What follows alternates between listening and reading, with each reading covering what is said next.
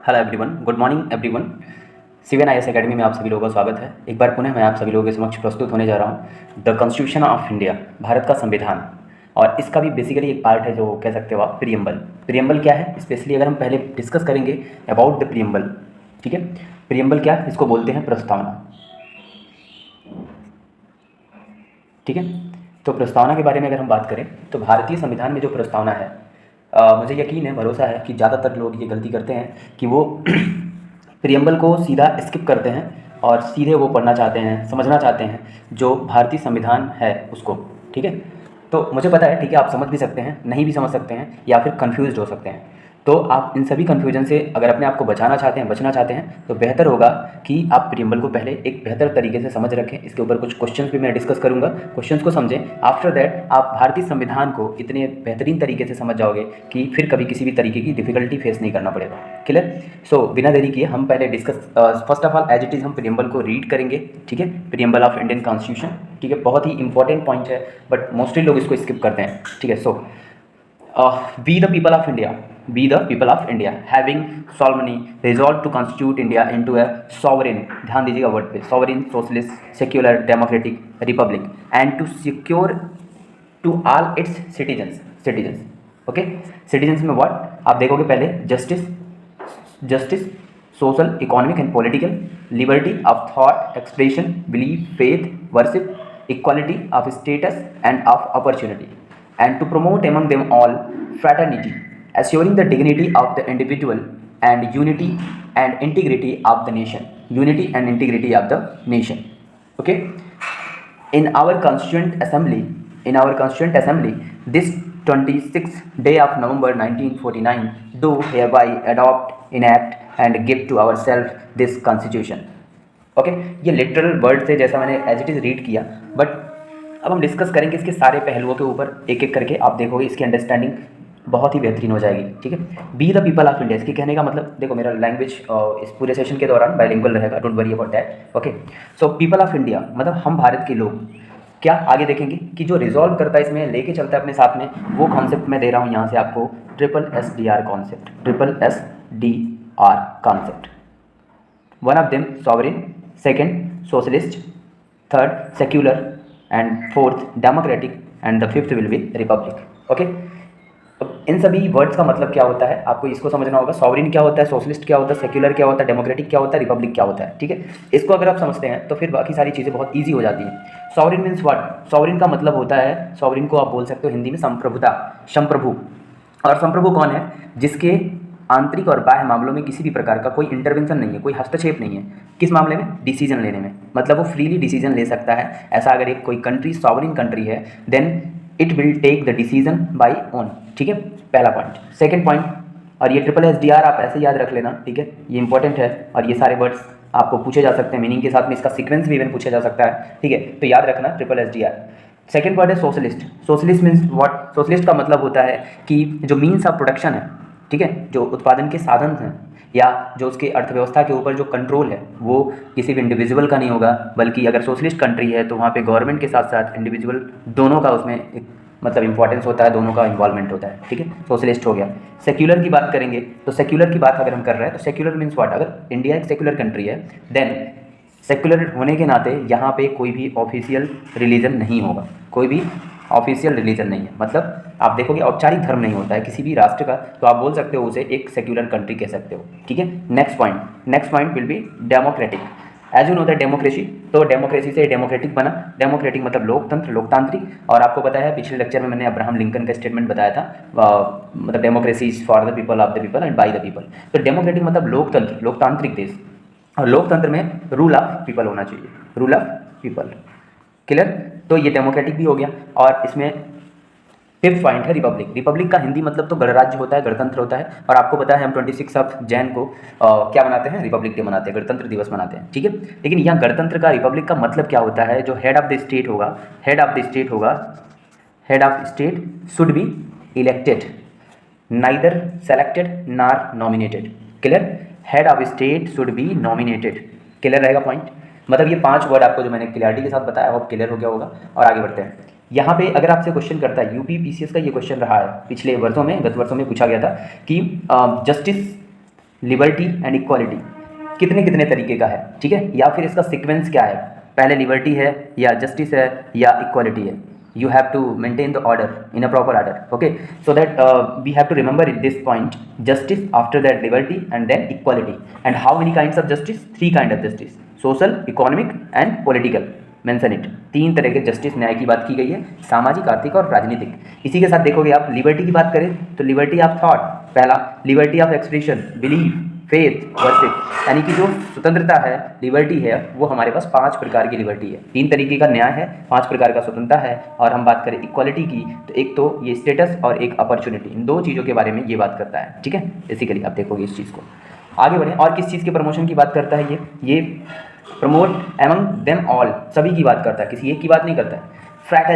Fraternity भी एक important point है. आप देखोगे कि फ्रैटर्निटी, आपको पता है जो फ्रैटर्निटी ये शब्द है, ये फ्रैटर्निटी शब्द का मतलब क्या होता है? बंधुत्व, ठीक है, भाईचारा. और इसको बेसिकली आप देखोगे कि जो फ्रेंच रेवोल्यूशन था, French revolution in 1789, French revolution कब हुआ था? 1789. इसी का स्लोगन था, ठीक है, उसी स्लोगन का ये वर्ड है फ्रैटर्निटी, ठीक है. और फ्रैटर्निटी में बेसिकली क्या होता है? जो डिग्निटी होता है इंडिविजुअल का, कोई भी हो, व्यक्ति हो, अमीर हो, गरीब हो, सहाय जैसा भी, किसी भी तरीके का, किसी भी स्तर का हो, डिसेबल्ड हो, ठीक है, दिव्यांग हो या ठीक ठाक हो, जैसा भी होगा, उसके डिग्निटी को मेंटेन करना है. And the unity and integrity of the nation, और देश की एकता और अखंडता को हमें मेंटेन करना है, ठीक है. क्लियर. अब आगे बात करें. इन आवर कॉन्स्टिट्यूएंट असेंबली, जो हमारी संविधान सभा थी, संविधान सभा बनाई गई थी 1946, ठीक है. 1946 में जो हमारे पास क्या आया था? कैबिनेट मिशन, ठीक है, उसके तहत ये कॉन्स्टिट्यूएंट असेंबली बनी थी. उसने क्या किया? 26, ये डेट याद रख लीजिए, 26 ऑफ नवंबर, ये अपने आप में एक नंबर का क्वेश्चन है. 26 ऑफ नवंबर 1949, इस दिन हमने क्या किया? इसको अडॉप्ट किया, इनैक्ट किया, और अपने खुद को, इसको हमने, इस कॉन्स्टिट्यूशन को खुद को सौंप दिया, ठीक है. आई होप जो प्रियम्बल है, प्रियम्बल के वर्ड्स, प्रियम्बल के मीनिंग और उसका एक सीक्वेंस याद होगा. इसके बारे में मैं 1-2 स्टेटमेंट बताऊँ आपको कि this is the identity card of Indian constitution. Clear. This is the identity card of Indian constitution, ठीक है. ये भारतीय संविधान का एक परिचय पत्र है, ऐसा कह सकते हो. This is the key to the Indian constitution, ये चाबी है, कुंजी है. अलग अलग तरीके के स्टेटमेंट आपको देखने को मिलेंगे इससे रिलेटेड. सो अब हमने पूरा प्रियम्बल समझ लिया. अब हम डिस्कस करने वाले प्रियम्बल से रिलेटेड MCQs, जो आपके डिफरेंट काइंड के एग्जाम में पूछे जाते हैं, ठीक है. तो आप इसके लिए अब रेडी हो जाइए. जो मैंने बताया उसको रिकॉल करिएगा. आपको बहुत सारे प्रश्न मेरे लेक्चर के दौरान, मतलब जो मैंने आपको बताया उसके माध्यम से आसानी से देखने को मिलेंगे, ठीक है. खैर, बेसिकली हमारे पास पहला क्वेश्चन है. पहला क्वेश्चन हमारे पास क्या है? Which of the following is described as the soul of the constitution. Soul, आत्मा, किसी संविधान की आत्मा कहा गया है. तो fundamental right, option A fundamental right, B fundamental duties, फिर DPSP जिसको directive principles of state policy बोलते हैं, और ये डी ऑप्शन है प्रियम्बल, ठीक है. तो बेसिकली जो सोल ऑफ कॉन्स्टिट्यूशन है, ये किसे कहेंगे? प्रियम्बल को. भारतीय संविधान की जो प्रस्तावना है, ये आत्मा है, ये कह सकते हो आप, ये आत्मा है भारतीय संविधान की, जिसे हम प्रियम्बल के नाम से जानते हैं, ठीक है. बाकी फंडामेंटल राइट के अंदर एक आर्टिकल आता है, जिस आर्टिकल के बारे में आपको सभी को ये पता होना चाहिए, आर्टिकल 32. इस आर्टिकल को जो भारतीय संविधान के निर्माता और एक फादर के रूप में भी जाने जाते हैं, कॉन्स्टिट्यूशन मेकर के रूप में जाने जाते हैं, ड्राफ्टिंग कमेटी के हेड के रूप में जाने जाते हैं, ठीक है, और भी बहुत सारे काम किए इन्होंने. तो उन्होंने स्टेटमेंट दिया, the preamble of Indian constitution is known as heart and मतलब ये आर्टिकल 32 जो रेमेडियल मतलब कॉन्स्टिट्यूशनल रेमेडी है, उसको क्या बोला? Heart and soul of the constitution. ये याद रखिएगा. ये basically soul of the constitution की बात होगी तो आंसर होगा प्रियम्बल. लेकिन अगर बात करें heart and soul of the constitution according to the BR Ambedkar, doctor Bhimrao Ambedkar के अनुसार अगर आप देखोगे तो ये आपका हार्ट एंड सोल के नाम से आएगा. और आर्टिकल 32 होगा, आपको पता ही है, कॉन्स्टिट्यूशनल रेमेडी है, एक संवैधानिक उपचार है, ठीक है. तो ये चीज़ है. अगले क्वेश्चन के बारे में बात करते हैं. हमारे पास सेकंड क्वेश्चन है, the preamble to the Indian constitution is based on, किसके ऊपर निर्धारित करता है, डिपेंड करता है? तो philosophy of India. Second, objectives resolution drafted and move by Pandit Nehru. और तीसरा है इंडियन कल्चर. चौथा है रिलीजियस कॉन्सेप्ट. तो बेसिकली इसका आंसर होगा आंसर बी फॉर बॉम्बे, ठीक है. मींस ऑब्जेक्टिव रेजोल्यूशन जो था ड्राफ्ट किया गया था पंडित नेहरू के द्वारा. तो आप देखोगे बेसिकली इसमें क्या हुआ था कि ऑब्जेक्टिव रेजोल्यूशन को हम हिंदी में बोले तो उद्देश्य प्रस्ताव कहते हैं, ठीक है. और यही उद्देश्य प्रस्ताव आगे चल करके क्या बन गया? प्रियम्बल बन गया, ठीक है. क्लियर. कुछ उसमें मतलब अमेंड करके, मॉडिफिकेशन करके इसको बना दिया गया प्रियम्बल, ठीक है. आगे बात करते हैं. The term we in preamble means the Indian government, supreme court, Indian parliament and the people of India. पहले ही लाइन में मैंने इसको हाईलाइट किया था, आपको अगर याद हो, we the people of India, हम भारत के लोग, ठीक है। मतलब everything is depend on the people in the democratic setup of government. Clear. Next fourth question है, the Indian constitution ensures justice in which of the following form. किस तरीके के जस्टिस के बारे में बात हुई है, मैंने डिस्कस किया, आपको याद आ रहा होगा। तो उसमें सोशल भी था, इकोनॉमिक भी था, पॉलिटिकल भी था, means answer will be D, all of the above. Fifth number question है, preamble has been amended by which amendment act. कौन से संविधान संशोधन के द्वारा इसको संविधान में, मतलब प्रीएम्बल में संशोधन किया गया। तो आपको मैं बता दूं कि ये 42 नंबर का कॉन्स्टिट्यूशनल संवैधानिक संशोधन होगा और ये 1976 में किया गया था, ठीक है। 42 नंबर का अमेंडमेंट कब हुआ था, 1976 में। और आपको कमेंट में ये बताना है कि कौन कौन से शब्द, कौन कौन से वर्ड को जोड़ा गया था, ये अमेंडमेंट किन किन नए शब्दों को ला करके इंसर्ट किया था, ठीक है। इंपॉर्टेंट है, पूछा जाता है कई बार, तो इसको ध्यान रखना आप, ठीक है। आगे बढ़ते हैं। In which case the supreme court specifically opinion that preamble is not, ध्यान रखना, not a part of constitution. मतलब कौन से केस में सुप्रीम कोर्ट के ऐसा कहा गया था कि प्रीएम्बल जो है या प्रस्तावना जो है वो एक संविधान का हिस्सा नहीं है। तो आपको बता दूं ये केस था, इसका पहला ही ऑप्शन सही होगा, बेरूबारी यूनियन केस, ठीक है। बेरूबारी संघ जो केस हुआ था ये था। केशवानंद भारती की बात कर लें यहीं पे, अगर आपको एडिशनल इन्फॉर्मेशन 1973 में आया था, ठीक है। और ये बिल्कुल बेहद बहुत ही इंपॉर्टेंट आप कह सकते हो, एक संवैधानिक संशोधन है जो जाना जाता है अपने पूरे संवैधानिक संशोधनों में से, ठीक है। तो 1973 में आया था, केशवानंद भारती इसके मतलब हेड थे, ठीक है। और 1973 में आया था, यही 1973 आप ऐड कर सकते हो कि ये इसी टाइम में टाइगर प्रोजेक्ट भी आया था।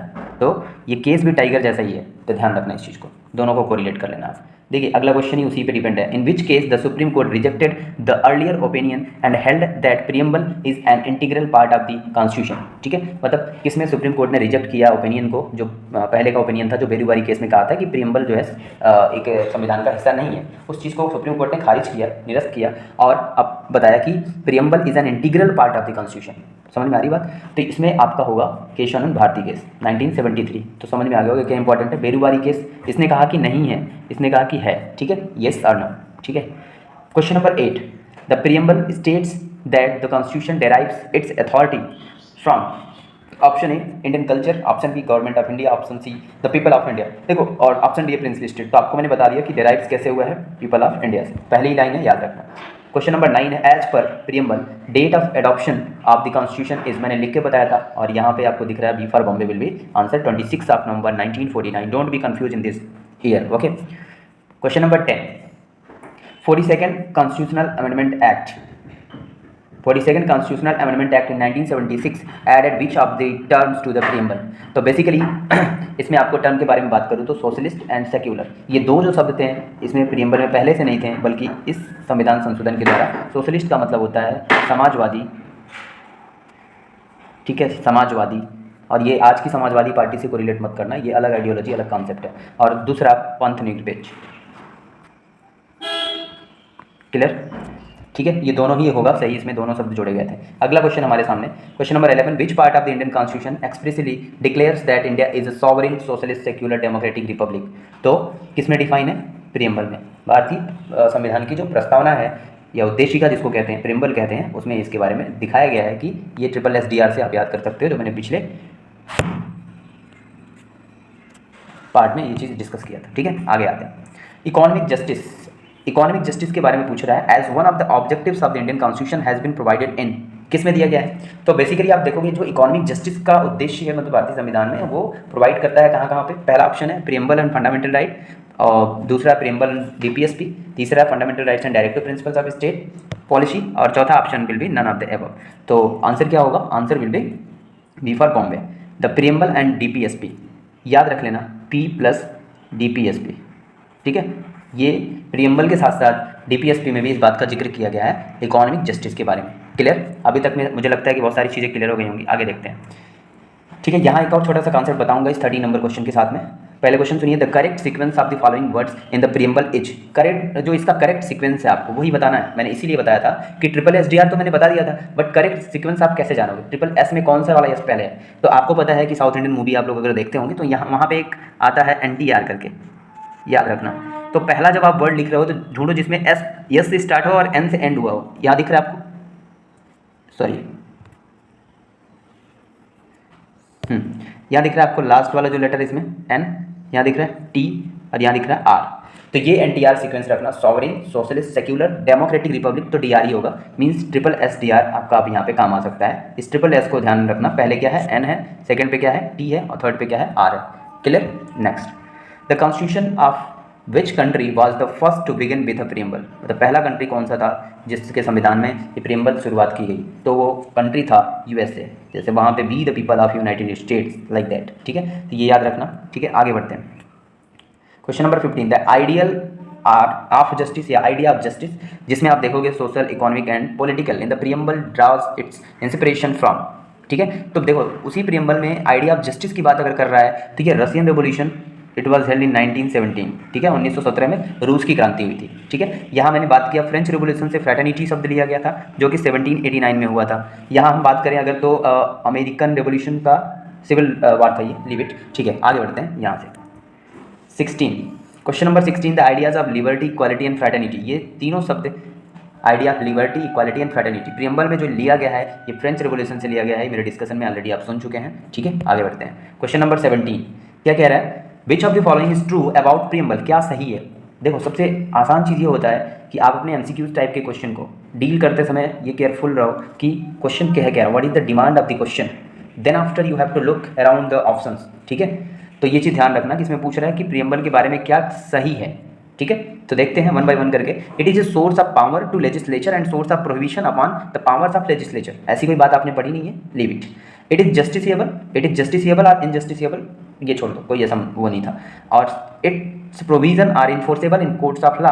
ठीक है, nothing like that, none of the above will be answer. ठीक है, तो प्रियम्बल के बारे में इसमें कुछ भी सही नहीं है basically.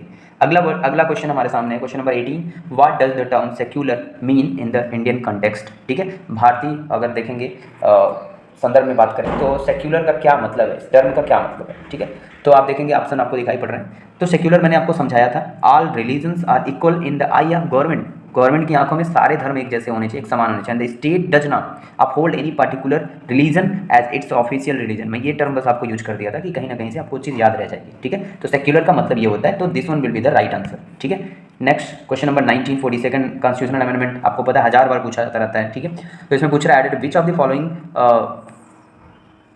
Following words in the preamble, तो इसमें आप देखोगे ऑल ऑफ द एबव है, सोशलिस्ट है, सेक्युलर है, इंटीग्रिटी है, और इस सारे ही वर्ड इसमें आप देखेंगे ऐड किया गया था। ठीक है, और ये कब हुआ था, मैं फिर याद रखें आप, 1976 के टाइम में हुआ था। क्लियर, आगे बढ़ते हैं। क्वेश्चन नंबर 20, क्वेश्चन नंबर 20 में क्या है, which of the following words in not mentioned in preamble of Indian constitution. तो आपने पढ़ा ही है, ये तो ट्रिपल एस में से 2 हो गया, DR की जगह पे D हो गया, अब बच रहा है इंडियंस, तो इंडियंस की जगह be the people of India था। ठीक है, तो ऐसा कोई वर्ड तो था ही नहीं, तो option will B D is correct. Okay, next question, question number 21, the word sovereign mentioned in the preamble implies. ठीक है, जो संविधान की प्रस्तावना में जो सॉवरेन वर्ड है उसका मतलब क्या है। ठीक है, तो देखिए ये बहुत ही पॉपुलर वर्ड है, अगर सॉवरेनिटी नहीं रही तो कुछ भी नहीं रहेगा। जब आप political science, core political science पढ़ोगे तो स्टेट के डेफिनेशन का ये पार्ट है। ठीक है, उसमें जैसे फिक्स टेरिटोरी हो गया, ये होता है स्टेट में, जैसे स्टेट है ना, तो स्टेट कैसे बनता है, तो फिक्स टेरिटोरी होगी, दूसरा वहाँ पे गवर्नमेंट होगी, ठीक है, और पॉपुलेशन होगी, ठीक है, और इम्पॉर्टेंट पॉइंट है जो सॉवरेनिटी होगी। ठीक है, तो सॉवरेनिटी होता क्या है वो समझते हैं बेसिकली। तो पहला इसमें ऑप्शन है, India is an independent state. Yes, India is neither dependency nor dominion of any other nation, किसी भी दूसरे राज्य का यदि राज्य नहीं है, कोई डिपेंडेंसी नहीं है। India is free to conduct its own affairs both internal and external, ये वाला टर्म मैंने आपको बताया। तो ये सारे ही मैटर जो दिखाई पड़ रहे हैं ये सॉवरेन से रिलेटेड हैं। ठीक है, सॉवरेनिटी में मतलब सॉवरेन का मतलब होता है कि सुप्रीम पावर। ठीक है, ये बेसिकली लैटिन वर्ड है और इसका होता है मतलब क्या होता है, सुप्रीम पावर या सुपर पावर। ठीक है, चलिए क्वेश्चन नंबर 22 देखते हैं। विच of the following statement is oblique और ट्रू, कौन सा इसमें से सही है या गलत है, सॉरी कौन सी स्टेटमेंट इसमें से सही है। तो India's membership of the Commonwealth of Nations does not affect India's sovereignty in any matter. ठीक है, India's membership of United Nations Organization does not limit India's sovereignty. Next, India can either acquire a foreign territory और cede a part of its territory in favour of a foreign state. तो ये सारे जो आप देख रहे हो option, ये सारे ऑप्शन ऐसे हैं कि जो इंटरनल या तो एक्सटर्नल अफेयर्स है, और इंटरनल और एक्सटर्नल अफेयर्स के ऊपर being a sovereign country India can take a decision. ठीक है, तो all the statements are true, option will be D. ठीक है, हम यहाँ टोटल 25 क्वेश्चन को डिस्कस करेंगे, अदरवाइज सेशन काफ़ी लंबा चला जाएगा। ठीक है, हाँ चलिए question number 23, till now the preamble of to the constitution of India has been amended for how many times. तो आपको पता है कि भारतीय संविधान के प्रस्तावना में अभी तक के इतिहास में आप देखोगे सिर्फ और सिर्फ एक ही बार अमेंडमेंट हुआ था, और इस 23 का आप कमेंट सेक्शन में आंसर जरूर रिप्लाई करेंगे कि कब हुआ था और कौन सा नंबर का अमेंडमेंट था। क्लियर? चलिए अगला क्वेश्चन है, question number 24, in which of the following are the basic aims and objectives of the Indian constitution discussed. ठीक है, तो आप देखेंगे कि जो इंडियन कॉन्स्टिट्यूशन का जो बेसिक है उद्देश्य है, ठीक है, वो कहाँ डिस्कस किया गया है? पार्ट 1 में, प्रियम्बल में, पार्ट 2 में और शेड्यूल्स में, जो 12 शेड्यूल्स अभी। तो बेसिकली हमने बताया आपको कि अगर आपको संविधान जानना है, अगर आपको संविधान के बारे में डिस्कशन करना है, तो उसके पहले आपके सामने प्रियम्बल है। और प्रियम्बल क्या है? इस संविधान जैसे एक महान विषय के बारे में जानकारी लेने का एक चाबी है ये, और ये चाबी के बारे में जब तक आप नहीं जानोगे तब तक संविधान रूपी ताले को कभी खोल नहीं सकते हो। तो बहुत सिंपल सी बात है, without knowing about the preamble you can not make understand about the constitution of India, you will be always confused. So that firstly you have to clear the preamble of Indian Constitution, after that all the things will be clear automatically. Okay, thank you. Next, and this will be the last question of this session, but this session will be continue in the upcoming session. Okay, so which among the following statement is incorrect? तो incorrect आपको बताना है, जो गलत है, असत्य है। पहला तो objective resolution pass by PT Nehru was what became the preamble to the constitution of India. तो आपको पता है, ये मैंने बताया, सही है। Preamble is enforceable in the court of law, question ऊपर आया था, तो ये तो ऐसा कुछ है नहीं, ये सही है। Preamble has been amended only once in 1976, ठीक है, सही है। लास्ट है, preamble proves that the sovereignty lies ultimately with the Indian people. तो आपको पता है, we the people of India, और सॉवरेनिटी वहीं से मिली है, फिर हमारी जो भी है डेमोक्रेसी चाहे गवर्नमेंट सब काम करती है। तो इसमें आंसर जो होगा बी होगा, preamble is enforceable in the court of law. ये पॉइंट जो है असत्य है, गलत है। तो आई होप ये सेशन आपको, आपके लिए जो है काफ़ी हेल्पफुल होगा किसी भी प्रतियोगी परीक्षा के लिए आप अगर देख रहे हैं तो। This session is always beneficial to all of you my dear aspirants. So keep watching, keep learning, keep growing. Thank you so much, thanks a lot.